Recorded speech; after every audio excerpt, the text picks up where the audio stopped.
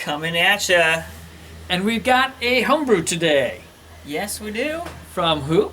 Exit 12 Brewing. That's right. Nick and Brandon. Here it is. It is twice in a lifetime. Yes.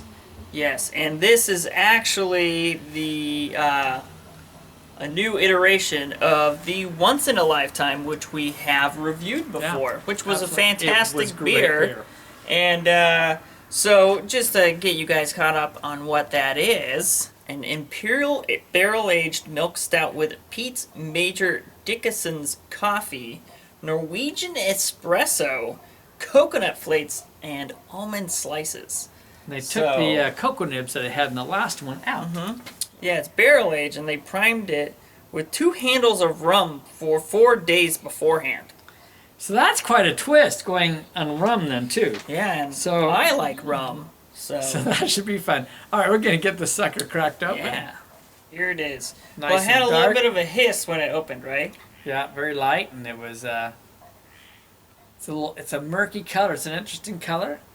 Hard to tell, but I want to get the nose. That's right. There is no mistaking this espresso coffee note. Yeah. That's And just there's huge no up front. mistaking that it's a milk stout. True.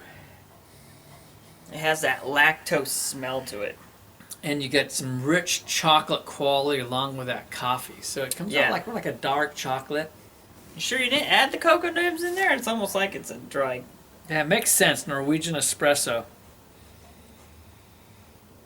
I can't say that I particularly know if I'm getting the coconut flakes and almonds or not. The almonds would be quite hidden in there. And I felt like when it first popped and got poured, that I got the rum on it. Yeah, I get there's it a less so slight now, rum but I felt like I got more rum at the scent beginning. on it. So I say we jump on in. It's all about Yeah. how it tastes. Cheers. So cheers. I can already taste the almond slices. Faintly so. You can taste the espresso, but you actually can taste the rum in there. More than the scent. And the almond slice, it's like you faintly got what I want to say, like a hint of like the lactose being almost like an almond, that almond milk. It's a medium body, and I'd say that's probably it's thinned out from the rum because you full on get the rum quality. And one thing that I always say to brewers that if you're going to use barrel aging, you actually have to make a pretty hearty, thick beer because the alcohol is going to thin it out. Yeah, and when it was a little bit colder, it was actually a little bit lighter on the tongue, even more, to where I actually gave it a porter essence. But now that this is warmed up a little bit more, it is a little bit thicker on the tongue. Did you notice that all of a sudden? It is, and that does happen when you warm up. Yes. It was funny because it really kind of struck us at one point as kind of an outrageous Imperial porter, which those are fun beers as well.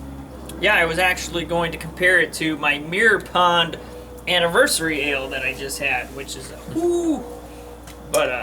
yeah, as it's warmed up too, the other thing that gets me is this rum is really, it's like charging the gates now. You really get the rum quality pretty heavy. This is 9.8% ABV, but man, with that rum in it, it gives a much higher octane quality for sure. Oh yeah, it definitely gives it more octane. But in an essence, it really does taste like the 9.8 in a way. It just gives you that little hint of rum. But I do enjoy the fact that it's not over boisterous with the chocolate and the sweet notes. It's very well balanced, I would say. Yeah, it's a fun beer. It's really different though. It's been a while since I've had like a darker beer that's been rum charged. And actually, it's balanced out pretty well. I find that a lot of beers with rum do not work. I've always liked the pumpkins with rum because it lends well to the spices. Yes. But actually, this is playing pretty nicely with rum. Was that whiskey barrels that it was charged with, though? Yeah, so it was a Balcones Whiskey Oak Barrel. Okay. That Brandon gave Nick as a best man's gift for his wedding. I didn't read that. There you go. See, I'm horrible with reading. Everyone knows it. That's even cooler. So I love it. So you got both qualities going. That's interesting. Yeah, Yeah. And you definitely Yeah, get 'cause the oak quality. Yeah, now that we said it was oak, you get that oak quality with a little bit of rum. Yeah, I'm back to thinking about barrels again. I was just actually looking some up the other day. So now that the beer is warming up even more, it's probably because we're sitting in this nice essence of sunlight that we got here.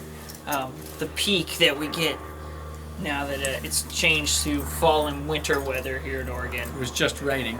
Yeah, literally. It's starting to tend to lend out more of those oak flavors, Yeah. which is semi-contradicting the rum now, I'd say, right? Yeah, it's kind of how they mix becomes interesting. So it's definitely one of these beers. This is a conversational beer, I would say, because this is a great beer to start cold and be sipping on it and enjoying conversation and then talking also about the beer as well, and then watch how it shifts, because it definitely goes through some paradigm shifts as it's warming up, which I love that kind of a beer because it's good. It's more fun.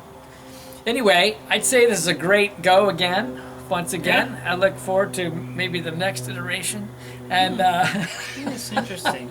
More iteration. thrice in a lifetime, something like Thrice that. in a How it goes, lifetime. I'm not sure. 3 times drunk? No. No. Besides that, that's the count would be too long.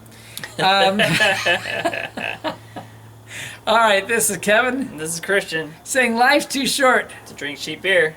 so drink some Exit 12 beer. That's all we're saying. Obviously. Yeah, you just have to become friends with them and request some. All right, cheers. We'll catch y'all later. Later.